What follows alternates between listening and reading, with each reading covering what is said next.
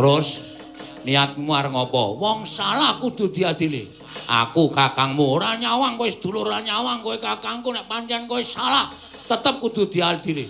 Nek aku ora iso ngadili karo kowe, aku nglincati sumpahku dhewe nesta pocapane Bagong terus. Aku ora nrimake. Lah nek pancen kowe arep cekel karo aku nek kowe iso ngalahke karo Petro, Adipati Kano bolong cekelen. Lamit lho terus nek peksa wani karo kowe.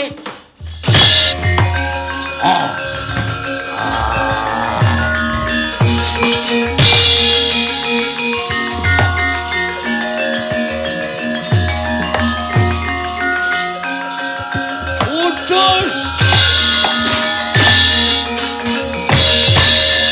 Truk kowe ngopo? Ayo, aku yen murka wujud kaya ngene, genah. Merga kelakuanmu jahat, pakartimu elek. Kowe seneng mangan bandane rakyat, bandane negara. Mulane murka ya wujudmu buta ya ngono. Merga pambeganing buta iki perlambang murka. Ora sah cerewet. Kowe sing ora cerewet lho.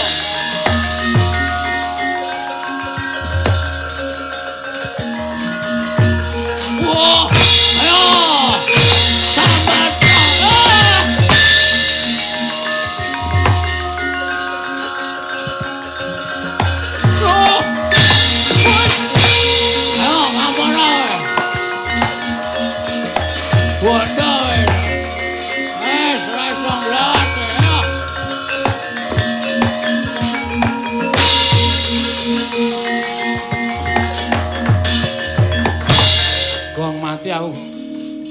Aku culno le aku tak mlayu. Aku nek tak aturke punden Pandhawa aku nampa budana aku nampa paukuman. Kowe wajib nyaur keluputamu nganggo pengadilan.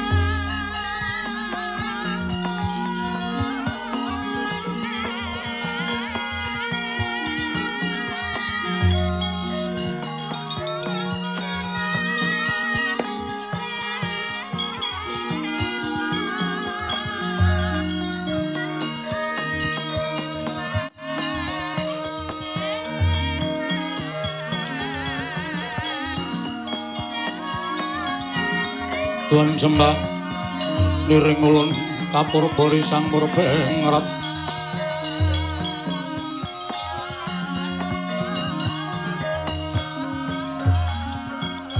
ning sahananing kang merengkanang sing tasih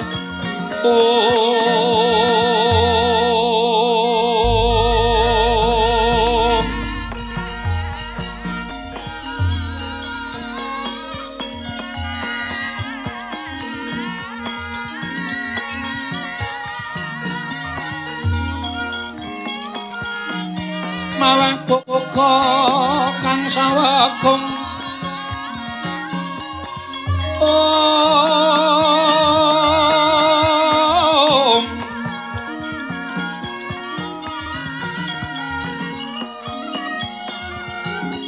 sagung ring delahan yuwang kanang mamujwenga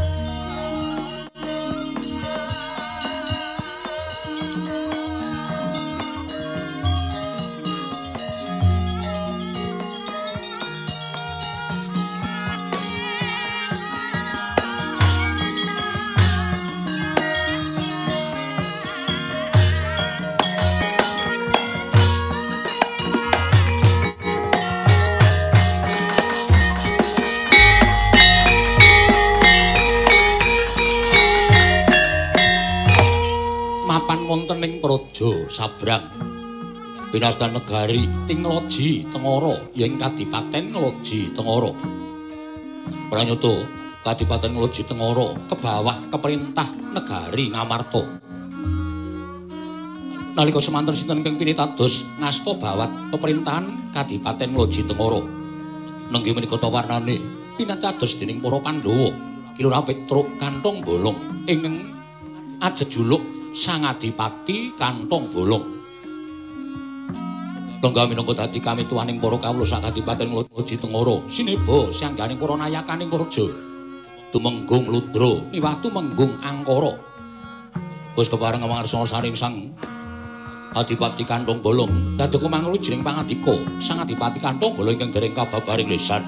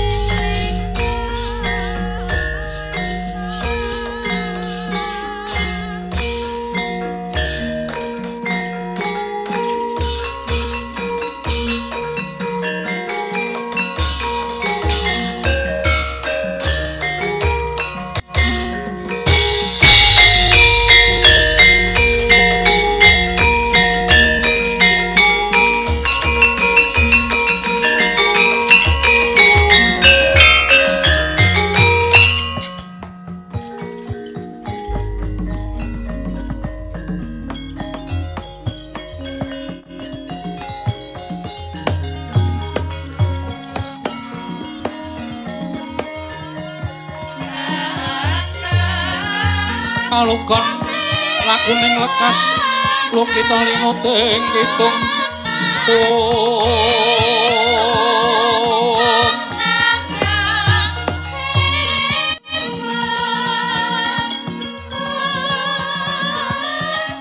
kadung kadorong hamomong memangun manah rahayu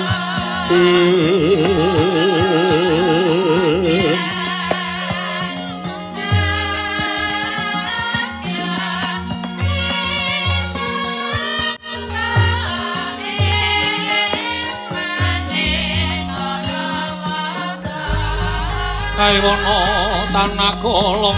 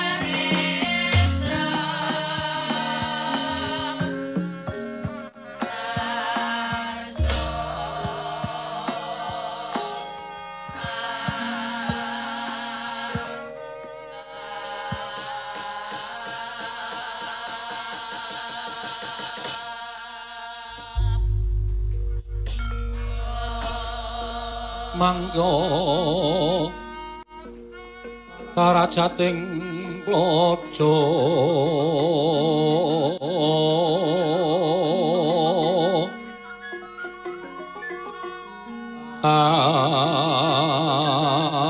awuryan mus sunyaruri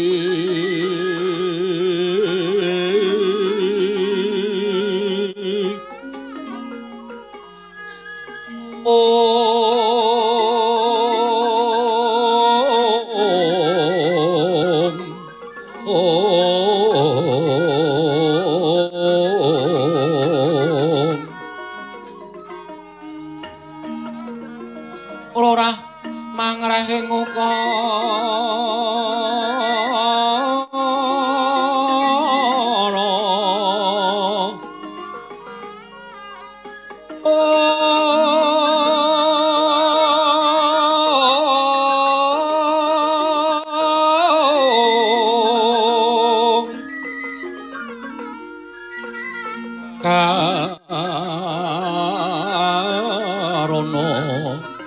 tanpa palupi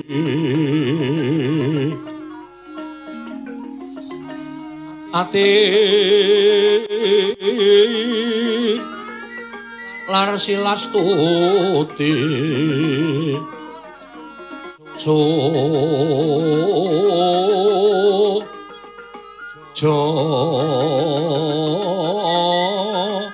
no sarjana kelu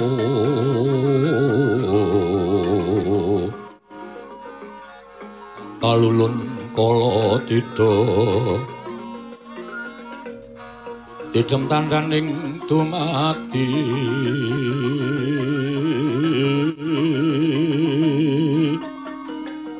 handayang radining karoban rubeta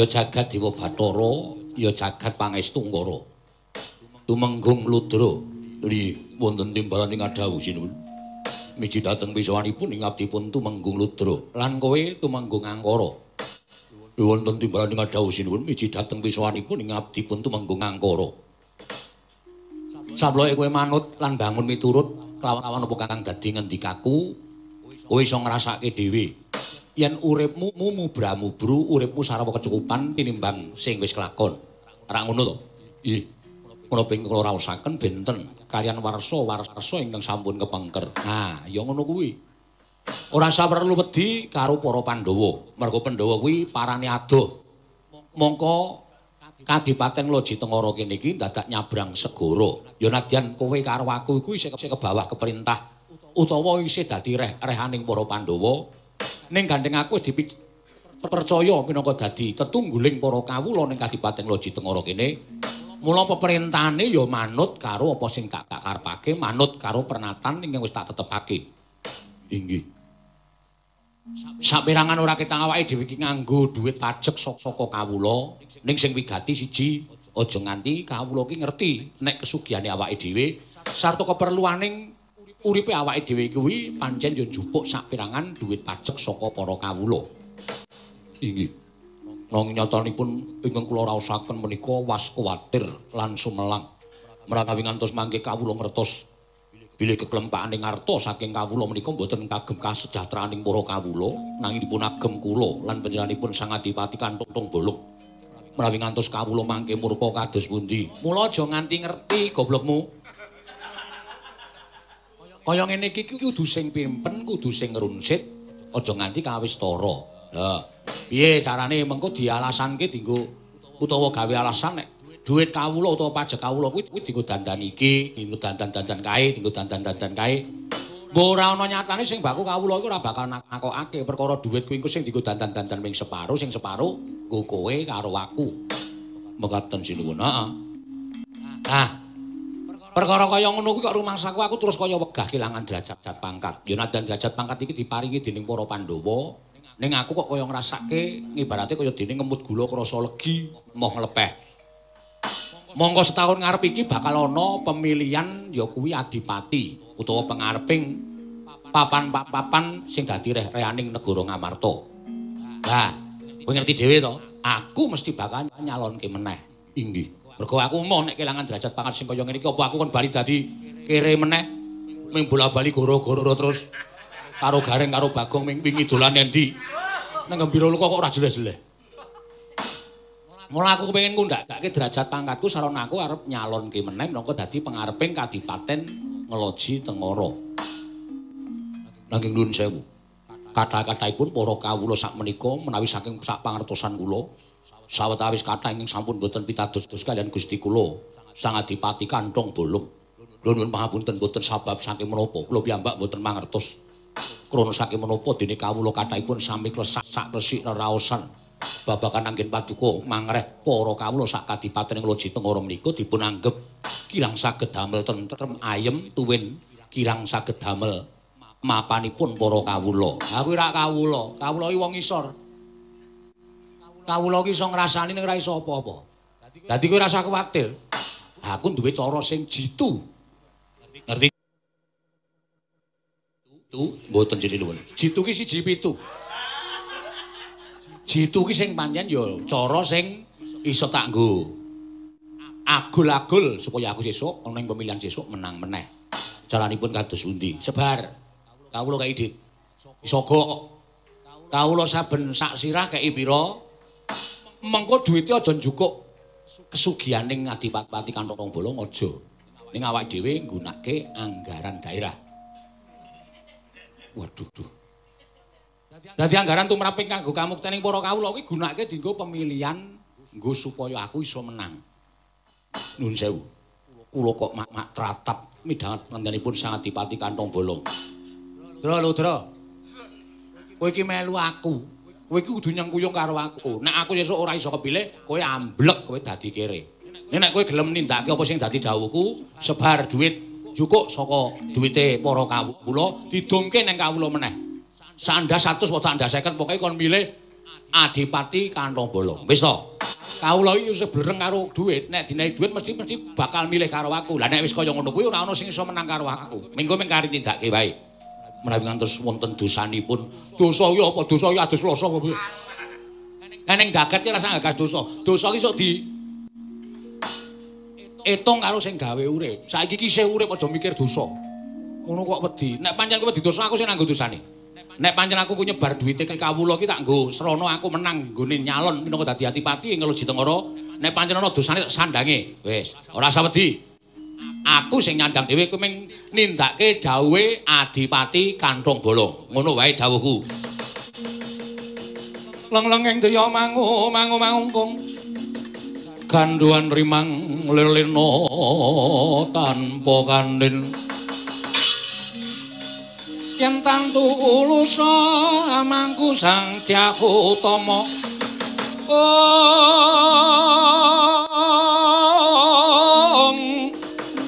Nalindra muda wuwuse angrerepa.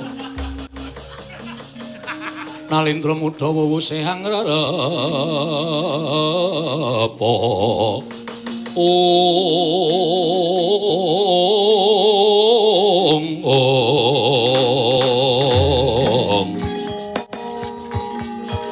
Yang lungin gantung malengkung lir kaleresan.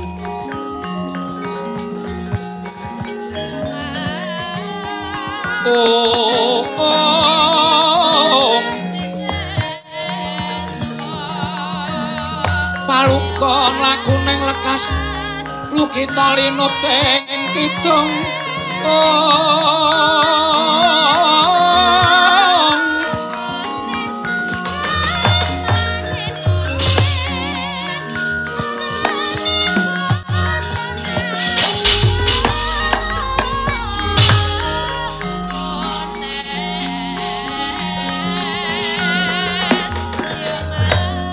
Piye? Namung sedikon derek. Wiwit saiki kudu diwiwiti. No? Awak dhewe nyolong star. supaya aja nganti kawis tara. Iki tak paringi dhuwit. Iki dhuwite kawula. Ning dumna mring kawula aja ana sesuk tumapaking gawe. Yen ana pemilihan ya kuwi adipati ana ing Loji Tengara kudu kon milih aku. Dhuwit kuwi dadi syarat dadi srana supaya sesuk milih aku ben aku tetep minangka dadi tetuangganing masyarakat ana ing Kadipaten Loji Tengara. Prasta dapat uga pareng lilanana kula aturi namaringaken bidhal dinten samangke. Angkara aja nganti wedi. Tarinen saben sak kawula iso nglumpukke wong pira. Gunggungen etunge pira wene ana. Lho nggih, ngestakaken dawuh sinuwun.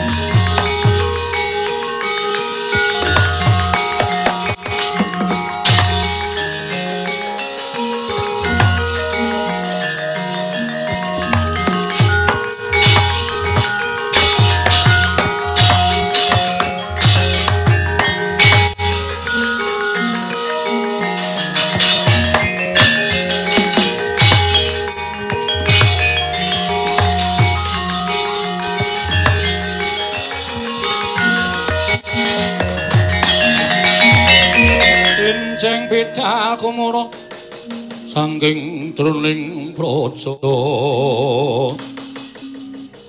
kung ingkang Balakuswa Prabu Sananira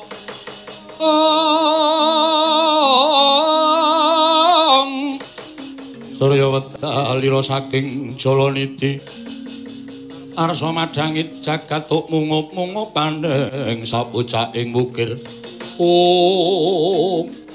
Kakang Ludra jroning nyambut gawe iki sajaya atiku kok melang-meladi ora usah dadak nganggo petungan ora usah dadak dilebokke ana ing ati pokoke awake dhewe manut ngendikaning Sang Adipati Kandhang Bolong upama panjenengane kepilih meneh minangka dadi Adipati ana ing Loji Tengara nadyan kebawa keperintah negara ing Ngamarta nanging kowe karo aku ngrasake legine ngrasake kepenake nadyan sak temene rada-rada kurang cunduk lan kurang mathuk karo atine awake dhewe nanging kabeh mau ora usah dadak mbok penggalih sing baku uripmu lan uripku iso urip luwih saka uripe awake dhewe sing wis kelakon iso sugih iso numpuk brana picis kula warga kecukupan nadyan dalane sarwa ora bener nanging Sang Adipati Loji Tengara ya Sang Adipati Kandhang Bolong wis paring pangandikan dheweke ingkang saguh nanggung dosa saguh nanggung karmane yen to besok bakal nampa paukuman saka sing gawe jagat yen to pancen kaya mengkono Siadi tak paringi saperangan dana Prabeya goleka kawula sing iso nglumpukke kawula sak akeh-akeh didumi dhuwit supaya sesuk gelem milih Sang Adipati Kandhang Bolong lenggah maneh minangka dadi Adipati Loji Tengara yo Yayi ayo tak derekake ayo Kakang Nyatlangening kalang panaglar pandaan mungcar Dinon lir kekonang surem sara tetekan pakum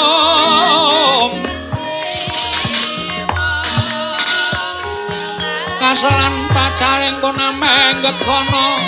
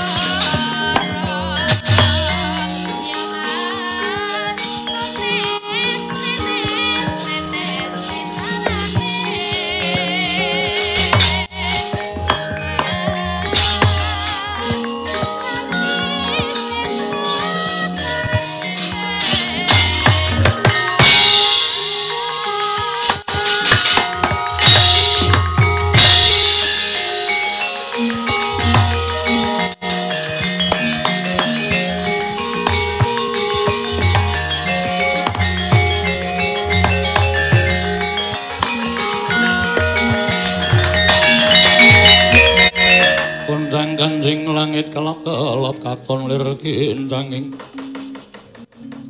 risang mawe gandrung sabaran katulu wukir moyak mayik. Kula ngaturaken bekti kula kunjuk Gusti Tumenggung. Kowe kawula Ngloji Tengara. Inggih. Koling lumus banget. Sampun wonten 3 wulan menika kula mboten abuh. Mergi sang Adipati Kantong Bolong ngendikaaken menawi kedah tanggap darurat. Mboten kenging melakukan kegiatan menapa-menapa selaminipun 3 wulan menika tambah 1 wulan menapa mboten kula menika sami kemawon dipun idyak cengele. Monggo sinuwun Prabu Ngloji Tengara Prabu Adipati Kantong Bolong menika mboten paring kamardikan kados kula bong anu tiang-tiang seni menika lajeng dipun paringi solusi kados pundi sak mangkenipun semados saged pentas nanging nyatanipun namung dipun kendelaken. Kula kinten ingin dados kurban ana bangsa seniman kados kula lan adik kula Situsiya menika. Situsiya menika masih lemu wong isih iso utang kok dadine. Potang tegesipun sapa sing nyilih 10 balekake 16.000 menika. Menawa sami kemawon mboten kok lintah darah ning jan dirubung lintah. Mesake uripmu. Inggih, mula panjenengan nggih kedah saged ngaturaken pangresahing ati kula menika dhateng Sinuwun Prabu Kantong Bolong. Paring peraturan nggih kenging monggo mawon ning inggih kawulanipun menika dipun tuturi lho kowe lho nyambut gawemu apike ngene. Supaya kowe iso obah kowe ngene ya, kowe pentasa ning penontone ora entuk luwih saka semene. Terus ya lelungguh kudu anu ngaten menika tegesipun bijaksana. Menggatosaken dhateng kawulanipun nyatanipun ya ming dinae peraturan tanpa diwenehi solusi lak niku ibarate kaya dene montor mogok wis ora iso diuripke ora mlaku oline bosok banding gembos terus remuk didol rongsok anu ora payu. Iki ngene, kowe tak kawenehi dhuwit gelem ora? Nyani menapa guyon apa? Ora guyon ning tenan. Iki ana pirang-pirang dhuwit. Kancamu pira? Rombongan kula menika 26. Kabeh butuh dhuwit. Wah, betah, jelas betah. Ampun malih kok rombongan kula niku dadi pengarepe ya butuh kok. Yen pancen kowe butuh dhuwit tak wenehi dhuwit ning ana syarate. Syaratipun menapa? Syarate sesuk yen ana pamilihan ya kuwi wong kang bakal lenggah ana ing Kadipaten Ngloji Tengara kowe kudu milih Sang Prabu utawa Sang Adipati Kantong Bolong. Oh lan nuwun sewu wong pemerintahanipun menika mboten sae menika. Ora kudu gelem mergo kowe wis gelem nampa dhuwit. Nek kowe gelem nampa dhuwit kudu gelem milih Adipati Kantong Bolong. Yen ora gelem nampa dhuwit ora apa-apa. Ning selawase kowe bakal tak jing, uripmu bakal keserakat ana ing Kadipaten Ngloji Tengara. Alah. Nasibe kawula cilik kaya ngene to ya, Dik. Lah iya ya Mas. Awak dhewe ya ngrekoso tenan. Lah iya lah miturut kowe piye? Nek ming perkara nyoblos utawa milih Sang Adipati Kantong Bolong nek tumrapaku mbok ya wis dilakoni ora apa-apa wong ming milih tok kowe kok. Perkara sesuk sik upama menang nek ngrasake rekasane ra awak dhewe ngrasake sak rombongan sak kawula Kadipaten Ngloji Tengara ta ora ming kowe karo aku wis ta ditampani wae. Awak dhewe saiki butuh dhuwit tenan ditampani rasa aku. Menawi tetela mengkaten kula purun Sang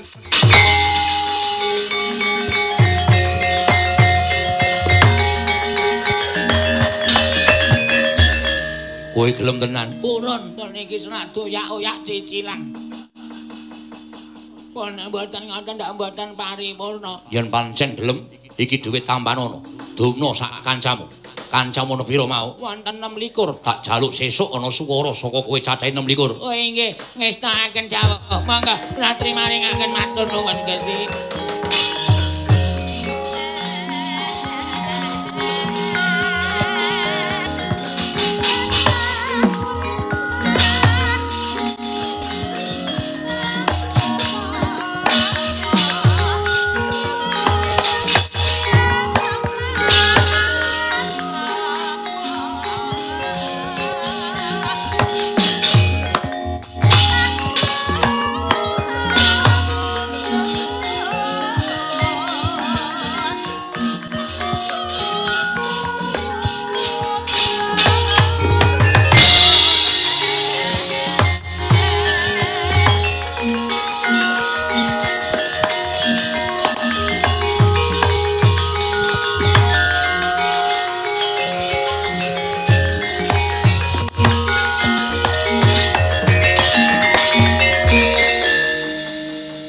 Kakang.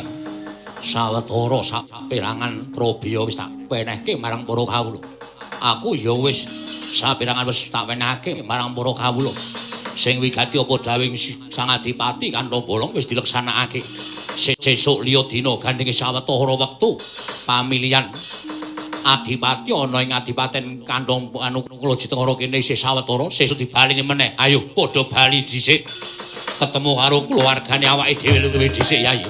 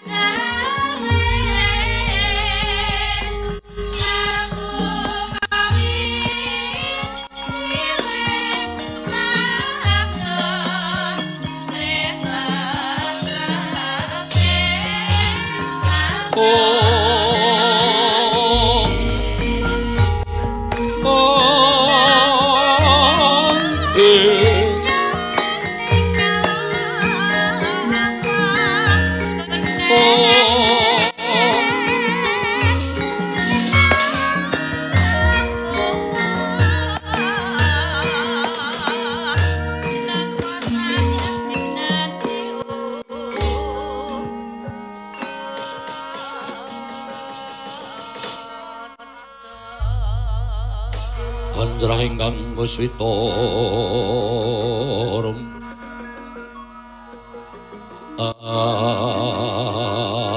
asiling samirana mre om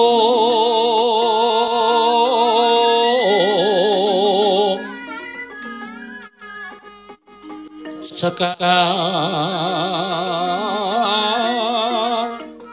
kaduh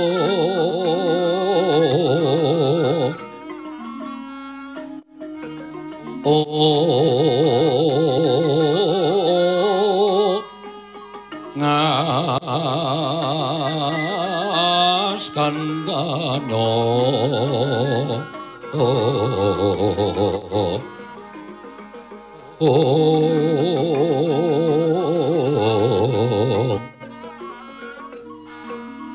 maweh raras renaning priya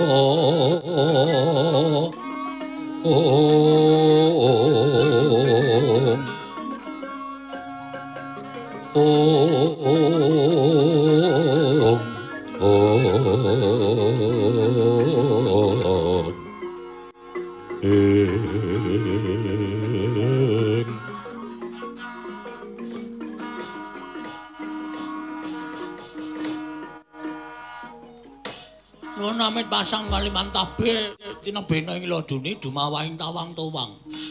Dandane enten apa to sinuwun? Nek pancen Bagong niku kleru, Bagong niku salah.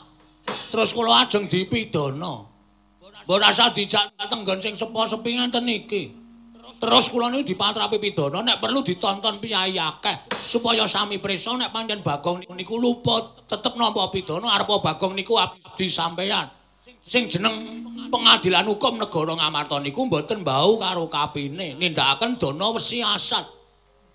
Nadyan niku kulit daging mongko luput tumraping negara dipatrapi pahukuman nadyan to nuwun sewu wong liyan kebrayan ning labo-labet tumraping negara Ngamarta tetep diparingi kanugrahan ngoten niku jenenge pengadilan yang adil lancar. Adan nenek sampeyan terus kula dijual-jawil dijak mriko dijak mriki dijak mriko rame pindah golek nggon sepi jane enten apa ta? Engko gek kula ajeng mang perkosa. Bagong. Aduh iki kata-kata halus ngene iki biasane terus malah menyesatkan. Wonten dawuh. Kowe tak kandhani ya. Nggih. Satemene aku kuwi entuk dawuh saka Yayi Darmaji. Wah. Darmaji niku Puntadewa. Oh nggih. Puntadewa terus Klebu Werkudara Janaka. Yayi Aji kuwi penggali resah. Resah dan gelisah. Aja dilagokke sithik-sithik. Aku ngerti kuwi lagune Obime Saku lho. Tresnane modern tenan iki. Lah ngerti lagu e.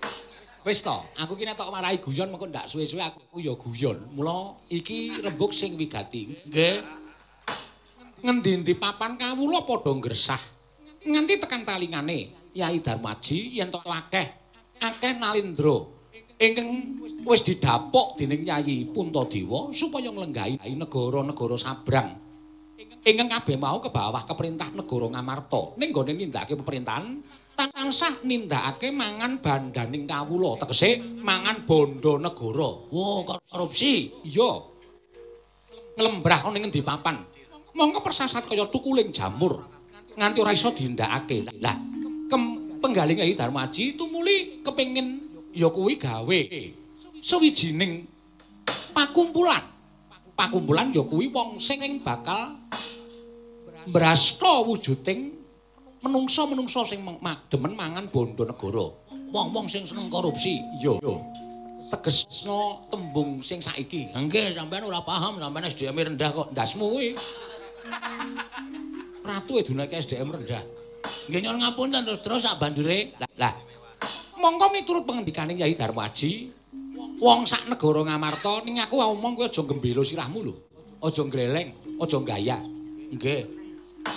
Miturut pengendikane Yayi Darmaji, wong sing jujur katone ala, nanging wonge jujur kuwi ora oleh kejaba amung Bagong. Cocok. Cocok. Cocok. Andhan. Kula niki pancen wis dititeni karo wong-wong kanca kula ya tepungan kula. Kula niku pancen wonge agal growal-growal karo wong ngene wis sakarepe dhewe. Ning kula niku urung tau kok sing jeneng nyuntet dhuwit sithik mawon durung tau. Panjenengan prisa piyambak nalika nek panjenengan ketemu kali kula Bagong tukokno rokok. Nate susuke kula sak ketoke wis. Lah nika pas lali. Ning biasane mboten ajeng kula untet mesti kula kondurke beda kalih gareng beda. Ya mesti diuntet duwite. Terus kersane kowe bakal didadekke pengareping para wong-wong ingkang mesti nuding bakal mbrasta wong kang seneng mangan bondo negara. Tegese kowe dadi pengarepe ketua. Iya pancen ngono. Oh, nggih. Ning iki abot lho Bagong, yen kowe ora iso ngleksanake kowe dadi dawing Yayi Darmaji, kowe malah bakal nampa pidana. Nanging yen kowe pancen tegel mbrasta wong-wong sing seneng mangan bondo negara, kanthi ora mandang sapa wae sing bakal mbok cekel mau. Nadyan to kuwi wong liya kulit daging sedulurmu, yen perlu sanak kadangmu, yen pancen luput lan kadenengan mangan bondo negara, nganggo bondo negara kanggo keperluaning pribadi, kuwi wajib mbok cekel. Yen kowe ora tegel, yen kowe ora iso nyekel tegese tetel. Kapi tayaning Yayi Darmaji nggone wis ngangkat kowe minangka dadi pengareping wong kang bakal mbrasta wong kang mangan bondo negara mau ponakan Bagong. Leng-leng ing driya mangu-mangu mangunggung ganduan rimang lirlena tanpa kanin yen tan lulus samangku sang Dyah Utama. Oh Saguh ora? Saguh. Kanthi sumpah prasetya dipun ungkuli kitab suci kula tetep ajeng nindakake dawuh Sang Prabu Puntadewa. Mboten ngomongaken menika kadang sanak tangga tepale nadyan menika tesih kulit daging kula dhewe. Nek pancen gawe rugining negara sarana mangan badhok bondo negara, kula sing saguh bakal ngrangket menungsa menika. Bagus.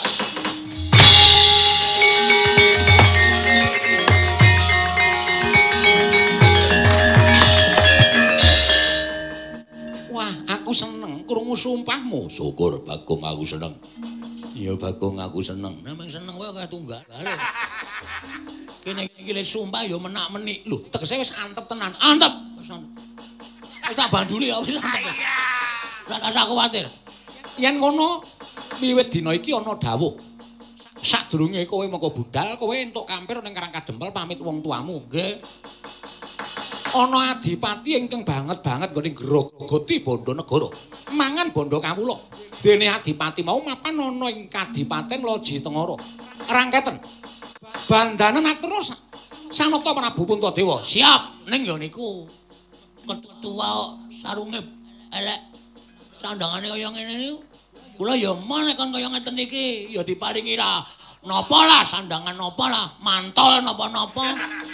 Supaya kula rada gleleng napa ameng nganggo pakaian kene nek ngaku ketua komite pemberangusan korupsi ngoten niku ndak ora percaya Werkudara. Nggih. Ana sandanganmu ora? Ora. Ora entuk sandang aku dienggo Bagong. Arjuna mbok sili ana sandangan ning ketok merabot mboten kemawon Wah Prabu mboten. Kula sampun ate maringi ngampil mboten wangsul dipun dol wonten loakan. Iya to? Ayo karang perlu Lah terus karemu panjenengan kudu golek sandangan aja kuwatir. Aku nyimpen sandangane Setyaki kowe tak meneh sandangane Setyaki.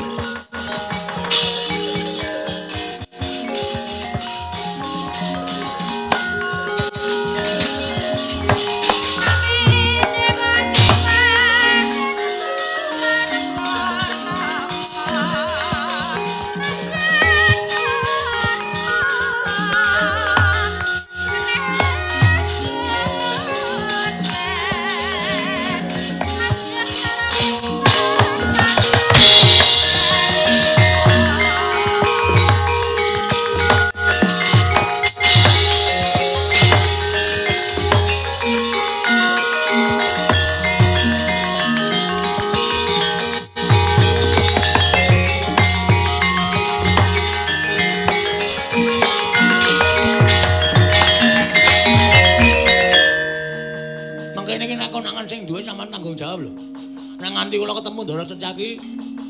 Bagong nganggo sandangku tempiling siramu. Pripun? Aja kuwatir, kowe iki matura nek sing maringi aku. Nek kowe matur sing maringi aku Setyaki wedi. Oh nggih. Wah gleleng tenan. Oh lah ya kok ya cukup. Cukup piye kula dedel. Mboten cukup sirahe gedene semene kok. Niki nek dienggo napa pacak gulu gogrok ora sah pacak gulu. Wis kowe mangkat to kono.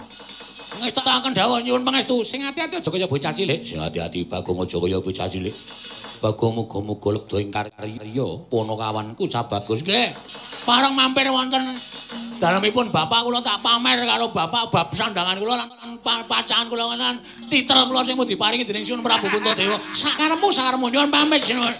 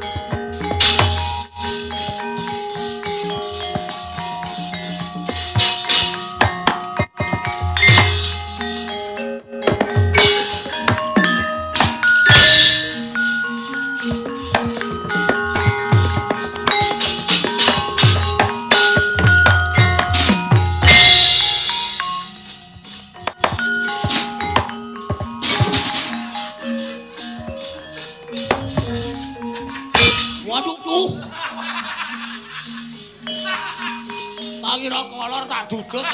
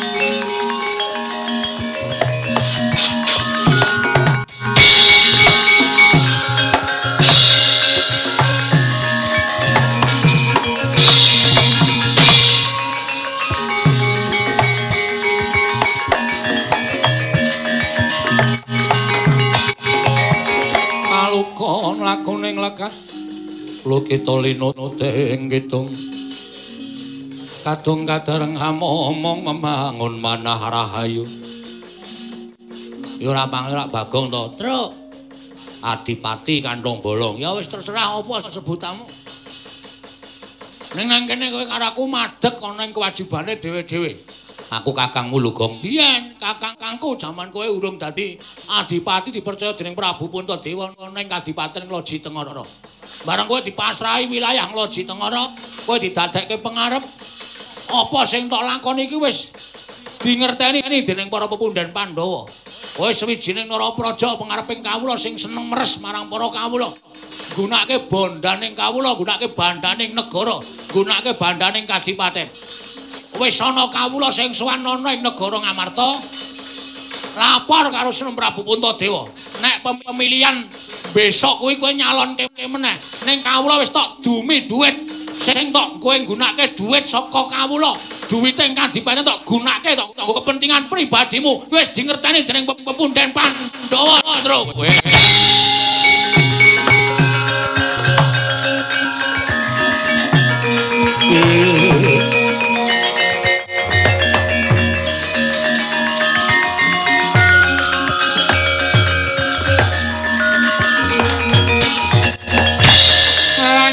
Semobang wangaruna adinetraning nganggo rapo sabdaning kukiloring kanigara saketer kene donganing kung lir wuwu sing pene panca terus niatmu arep ngopo wong salah kudu diadili aku kakangmu ora nyawang kowe sedulur nyawang kowe kakangku nek pancen kowe salah tetep kudu diadili nah aku ora iso ngadili karo kowe aku nglincati sumpahku dhewe nista pocapane Bagong terus aku ora nrimake lah nek pancen kowe arep cekel karo aku nek kowe iso ngalahke karo Petro Adipati Kandhong Bolong cekelen lah ame lho terus napeksa wani karo kowe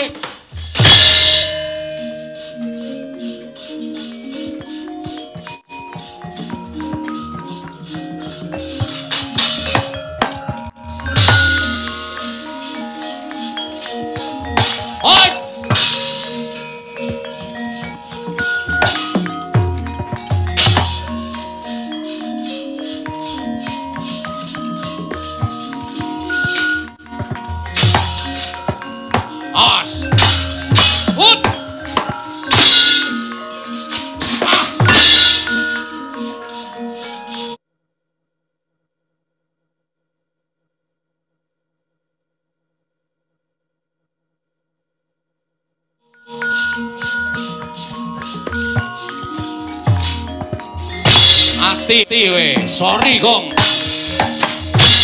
oh Adipati oh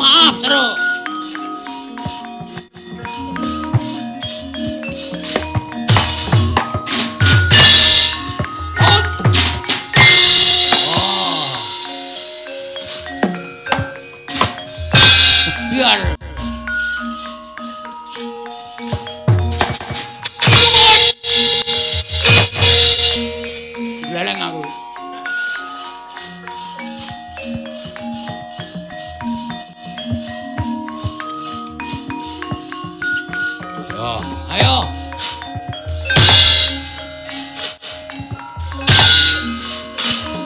Woi.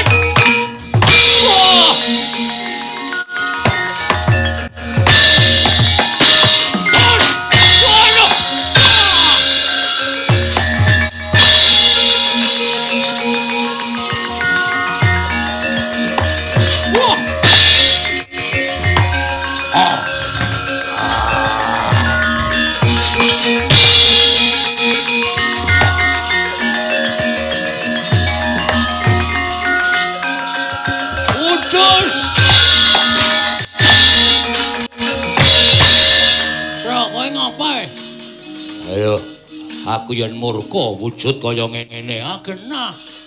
Merga kelakuanmu jahat, pakartimu elek. Kowe seneng mangan bandane rakyat, bandane negara. Mulane murka ya wujudmu buta ya ngono. Merga pambeganing buta kuwi perlambang murka. Rasah cerewet kowe sing ora.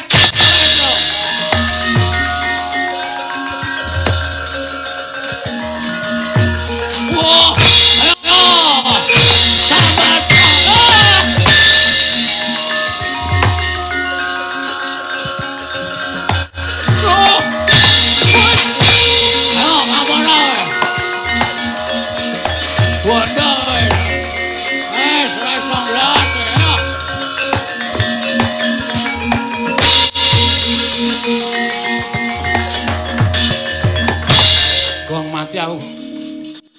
Aku jono le aku tak mlayu. Aku nek aturke punden Pandhawa, aku nampa budana, aku nampa paukuman. Kowe wajib nyaur keluput tamu nganggo pengadilan.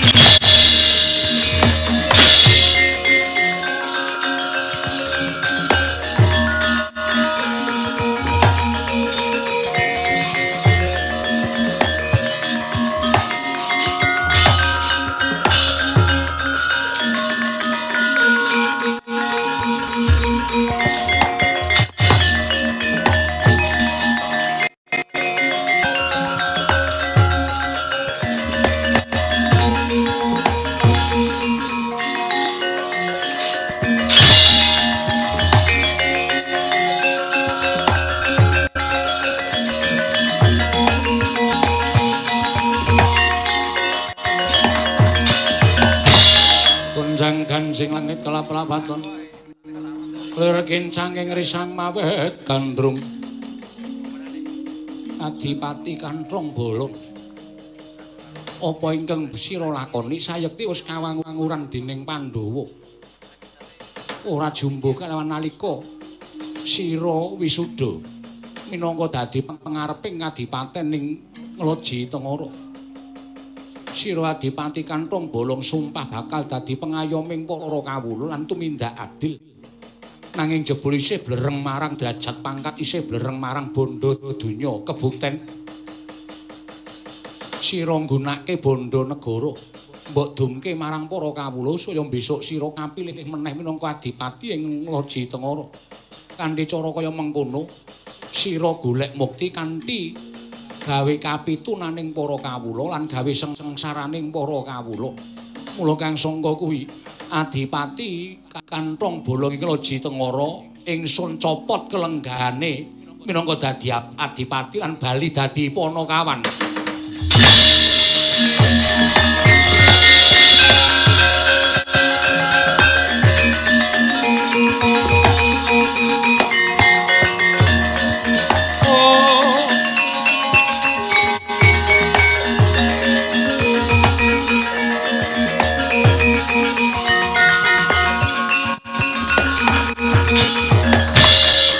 Suram Diwangkara kingen lir mangoswa kang layon denyo ilang kang memanise wadananira layu umel kocam raknya maratani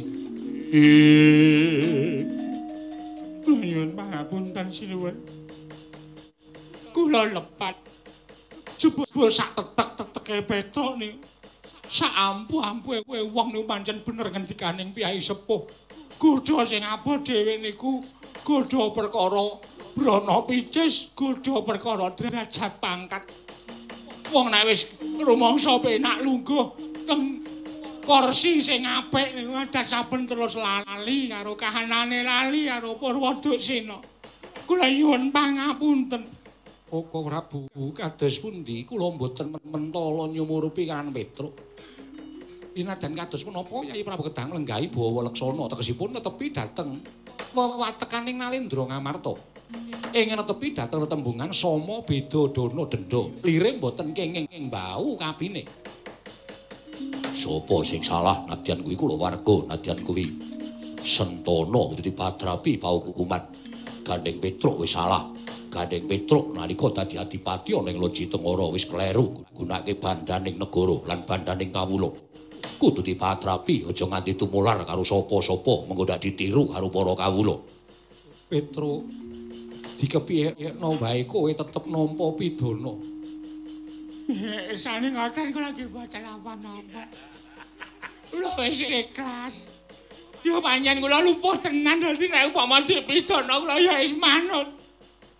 Seksenono marang para kawula Petruk gandeng siraku isih pana kawan ingsun. Tetep nampa pidana nanging tetep nganggo wates-watesing kewajibaning pana kawan. Wiwit dina iki sira resik kraton Ngamarta suwene 5 warsa Petruk.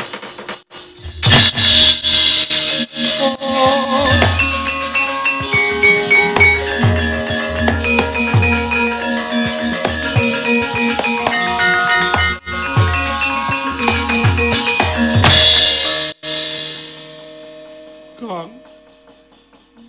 Aku matur nuwun ya Le. Kowe sing nyekel aku tur kowe sing iso ngelingke aku. Nek ora mbok cekel mesti aku malah saya ngomblo-omblo kamurkanku. Kowe sing wajib ditiru kok, Gong. Rupamu elek. Ning kowe iki wong jujur, kowe iki wong tetek karo kewajiban. Aku matur nuwun ya, Gong. Aku dititip bojoku aku 5 tahun ora bali. Aku resik ning kraton Ngamarta dihukum Sinuwun Prabu Puntadewa, Gong.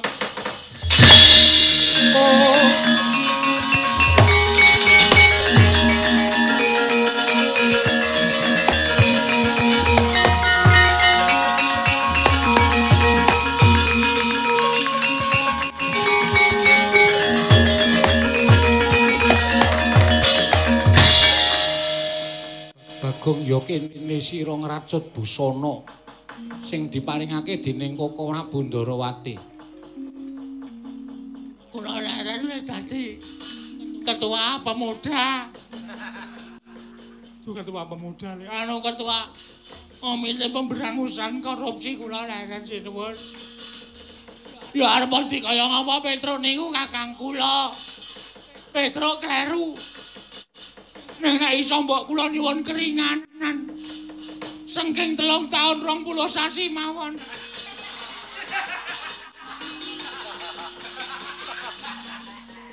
Iki hukume 5 tahun. Oh, kleru kelingan kancaku mbiyen.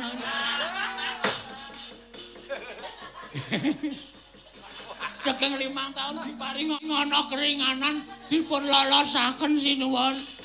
Petruk luput. Nang Petruk pun dada kelumputan.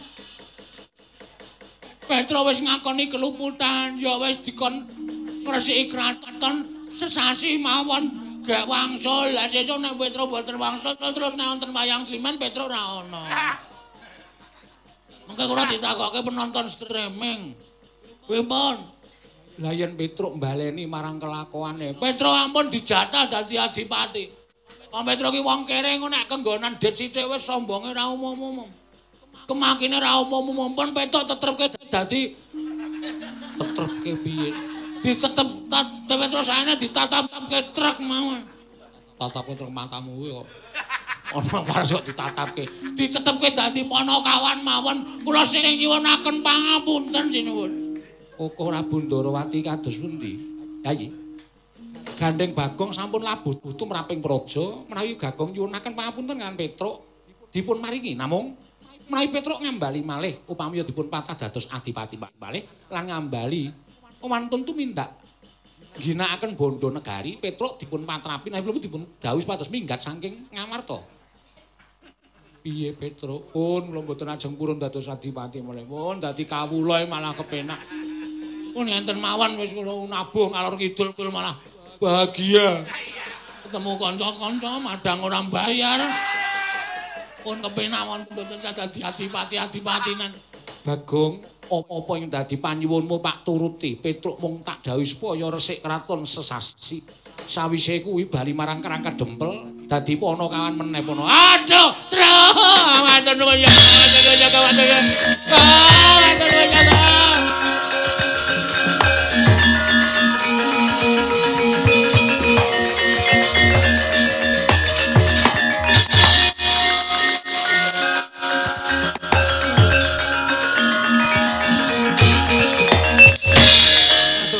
Matur nuwun, matur nuwun lan matur nuwun. Padha. Syukur dole wis iso do. Gawe slamete dulurmu dhewe-dhewe. Ah, sial Petruk ra sida dukum. Kok kata-katamu ngene maksudmu piye? Anu aku wale kaya terus. Aku ki bersyukur kowe ra iso dukum aku bersyukur.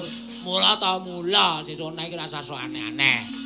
Diparingi pangkat karo Ndara Pandhawa ya gunake kewajibane sing apik. Ora kok blereng karo bondo donya bareng iso narik pajak pirang-pirang duwite ketok tumpuk-tumpuk terus tak gunake sithik. Tak gunake sithik. Suwe-suwe oke. Wong aja sok gunake mboko sithik, gunake loro ora konangan. Terus engko suwe gunake petang gendel ora konangan 5 gendel. Sak teruse kaya ngono iki tuman kok, Tru. Oh ya. Kaya aku mbiyen. Oh ya wis tau to. Wene ra anu cilik-cilikan. Ora gedhe kaya kowe. Matur nuwun Joko. Aja baleni ya, Tru. Ora. Ora le wis. Aku sayang karo kowe. Wis sing gedhe to. Ora wis. Bareng disayang kok njaluk dhuwit. Aku karang sok ngono kuwi. Ya wis, sing wis ya wis muga-muga ora dibaleni meneh ya, Tru. Ora, Gong. Ngono kuwi apik malah.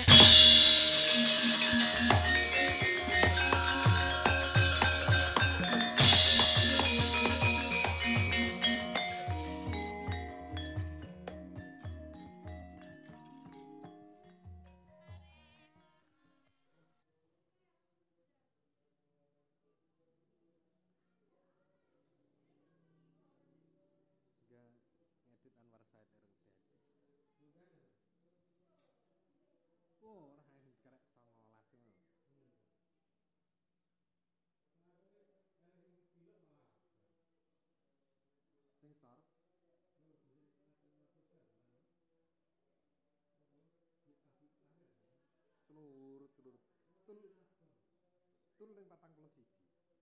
Nah, kok medun nek sayang. Wong iki wis ora gelem oleh 100. Ndak oleh 100 to iki.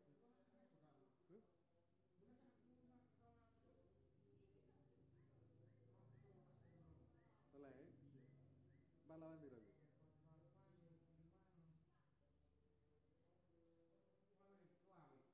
Selawe. Dina iki wis 19 cuma oleh 83.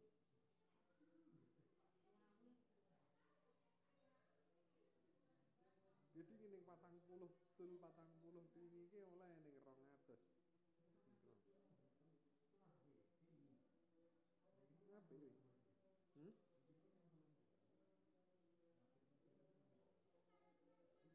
Ngapain iki? Titikmu. Sendeme 40 oleh telung ra genep 300.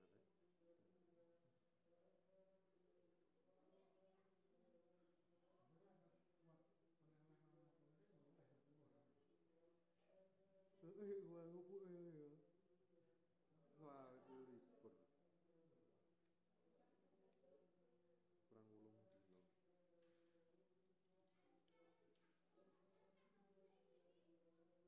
Nek kowe ora oleh keajaiban ra oleh 6,5 lagi kan.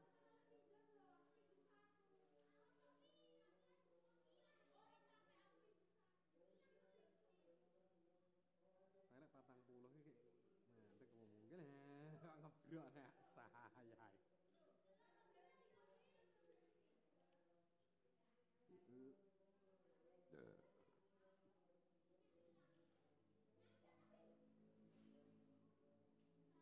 ngebrok nek saya.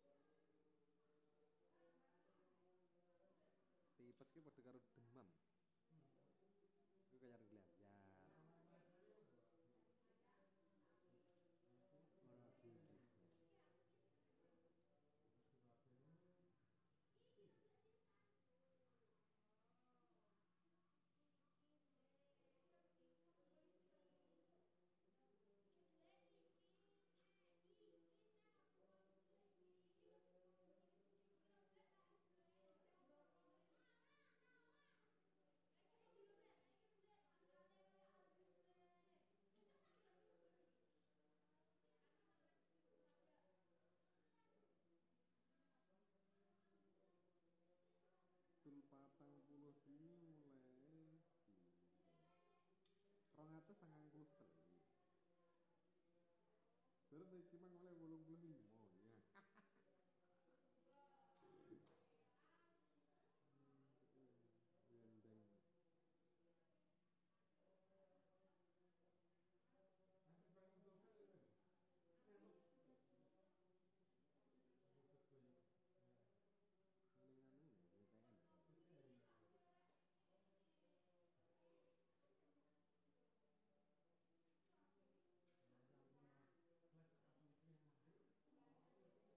Apa?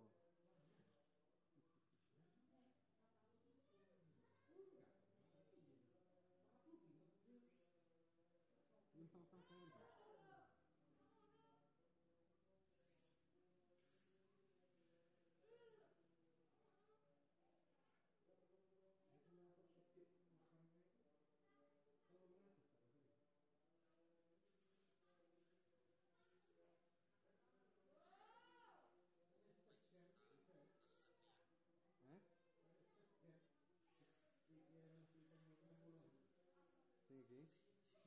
Oh, betul channel apa tuh iki?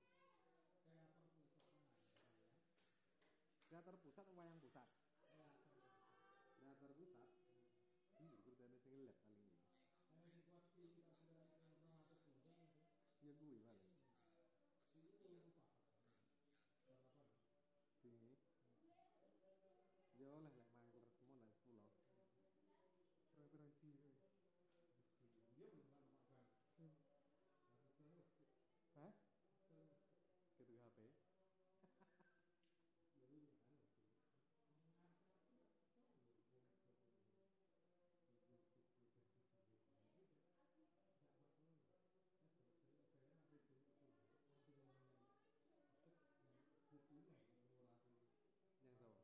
bagus sih.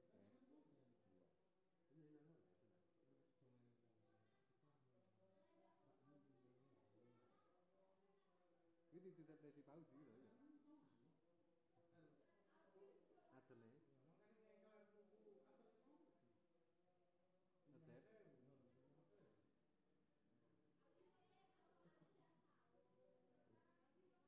kan gitu.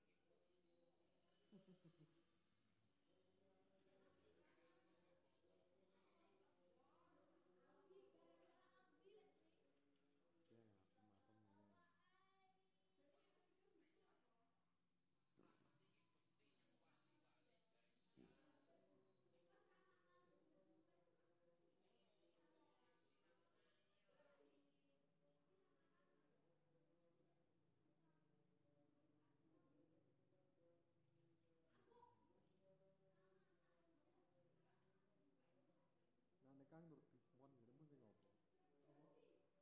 Mung sing opo sing Bismon gitu. Sing wayang. Wayang Gempur Sari itu. Trending.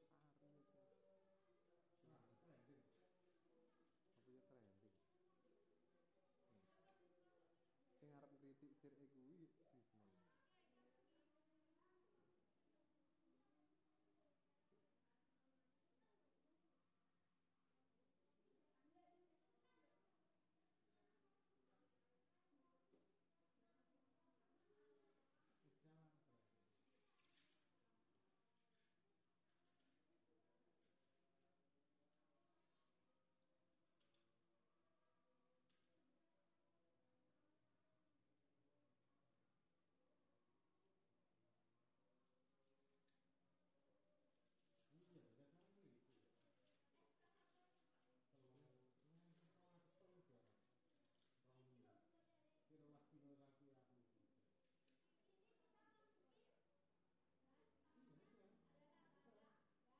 Sing tren, apa sing bus ngopo? Ya kuwi ya.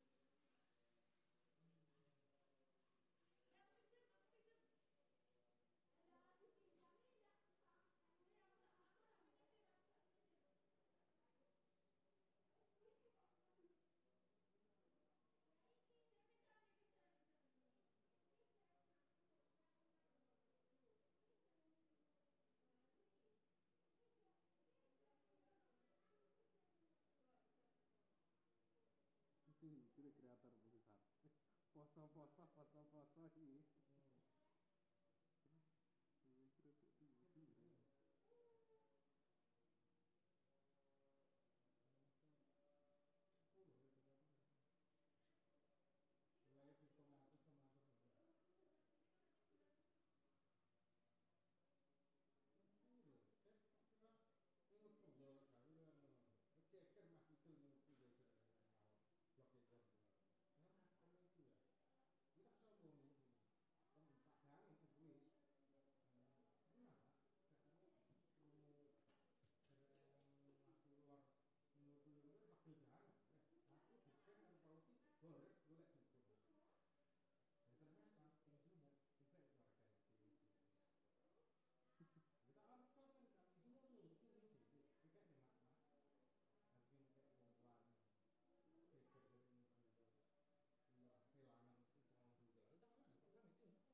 Iya, ini gede banget sih. Ngundang pausian ini maklak kuwi.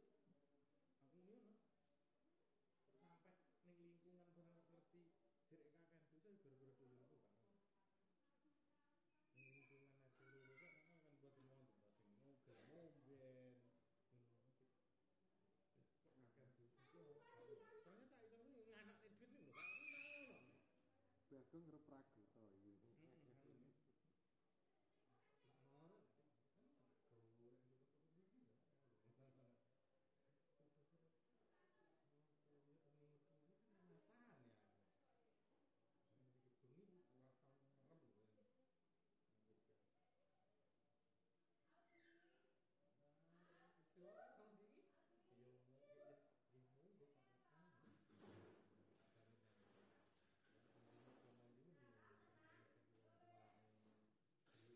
to iki. Iya kena diceritain itu Pak. Lek Yuni rene kan ora tau to nggon diterima kelangan dia. Mboten wonten. Angger Yuni no mesti sing kelangan duit sing. Emang barang iki kebuka ngene iki. Aku wis tahu terus. Yang gue maksud kan dia lagi orang yang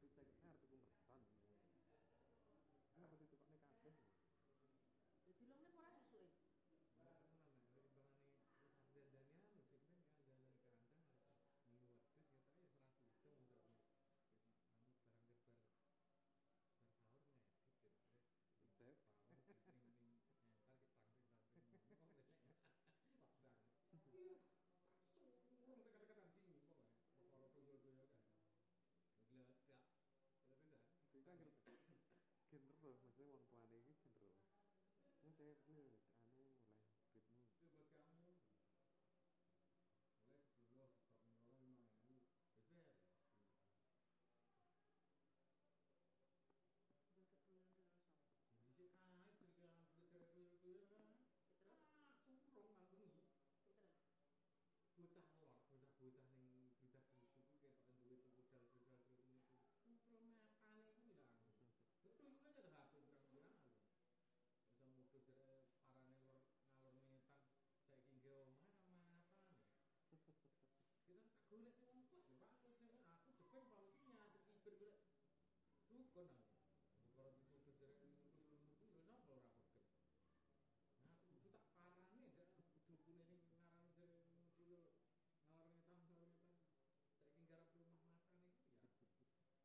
Nah, nek kebuka ning lingkungan kae. Jare kakek kuwi perkara kuwi dalarane asline.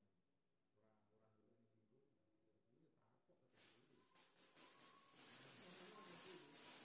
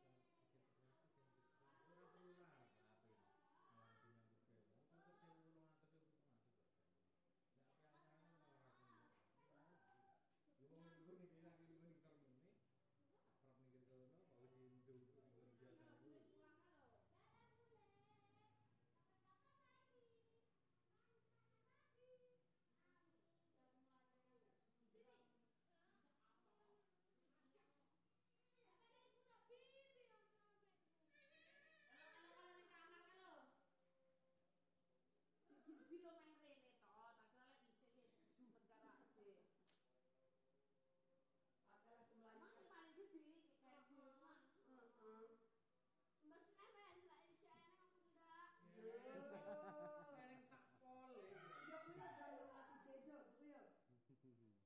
Iyalah. Jangan apa batur. Iya apa batare ono ta. Bosan iki lho. Mangkayangnya anu. Bu, mangkayang kaya anu, keranjang kaya anane kaya tak. Enggak, kaya anu kaya anu.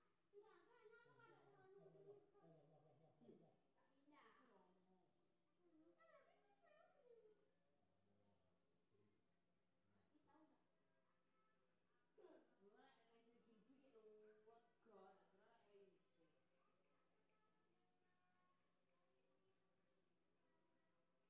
Lah kulture wis ning kono. Wis ning kono lha ngurus. Iki lha nek kamu dhewe satu. Ya, ora mbok pati. Mbok pati nang arep lawang turu ning kulkas kono turu. Lah kuwi. Kudu. Kondi. Ya, selane Pak Polisi. Ning. Polsek. Ning polsek. Ya, Polres. Polres. Polres itu yang polsek. Iya, Polres. Polres nang polsek. Jadi kono. Berarti kalau parcelane polisi-polisi kene. Di, apamu? Aku ora kena. Alah ngene-ngene aku jajan ta ora ya salah. Aku tak nggih tok kare. Iki. Ya, yo, sana. Sana ulang-ulang ya. Ya, yo diulang ku ya. Apa ku jenenge? Sing ngene-ngene iki cah sing ngene iki ta? Apa omong nek? Ya kurang mesti wis piye pertama piye dhewe.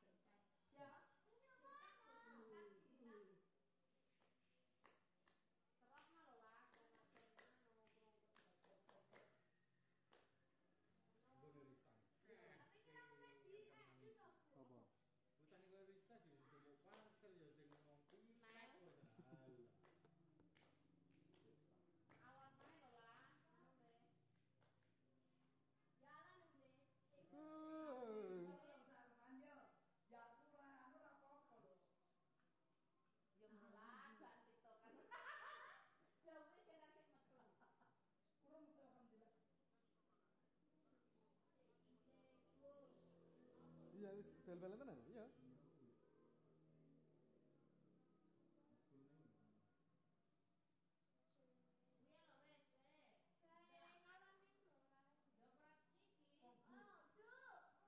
Memang ada Mbak seimut ini.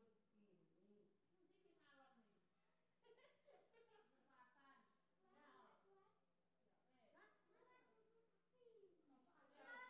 sampean podo wae.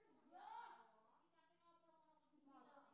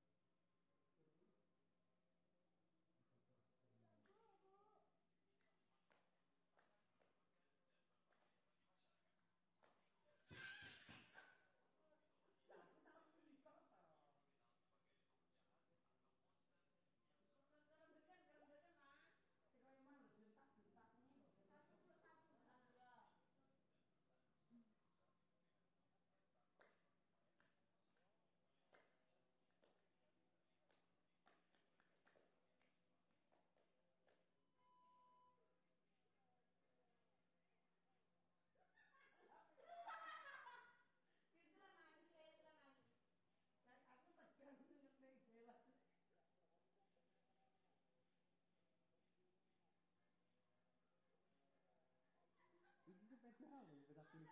Iya di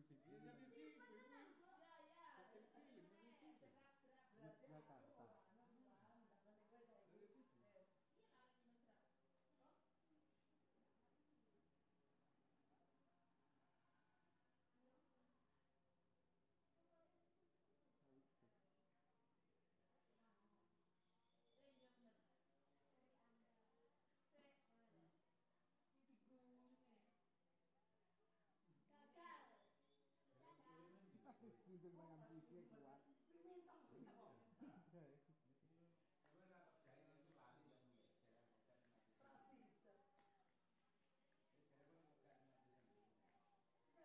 sisi kuat. Ini banter banget bang. nyari profesional tuh. Ini udah pilih-pilih ya.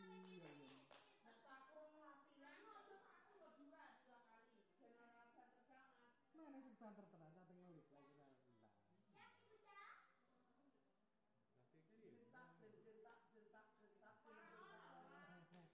Muni ya lho ya. Jentak jentak jentak jeng jeng jeng jeng. Nah, begitu itu ya. Jentak jentak jentak. Adine ngene, pake ngene. Ora pake piro. Iya piro ngono lho. Yo. Jentak jentak jentak jeng jentak. Jentak jeng jentak jeng jeng. Jentak. Jeng jeng jeng. Siji loro loro. Siji loro siji. Jeng jeng jeng papat. Siji papat. Oh siji loro Ora siji. Bu, ngene 5, ngene 4. Yo. Siji loro siji. Ya Ibu, ya Ayo. ayo Londo. Lebih angkat tangan sisi kuat tapi tangkeng.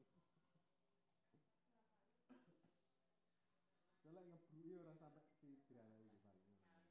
Iki keamanane klambine kuwi lho. Jengkule kuwi wis ini lho iki. Wis siji teman. Udah enak Bu. Jaga itu.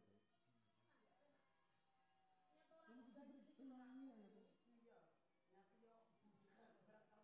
Wes, diri. Ana lele. Yo.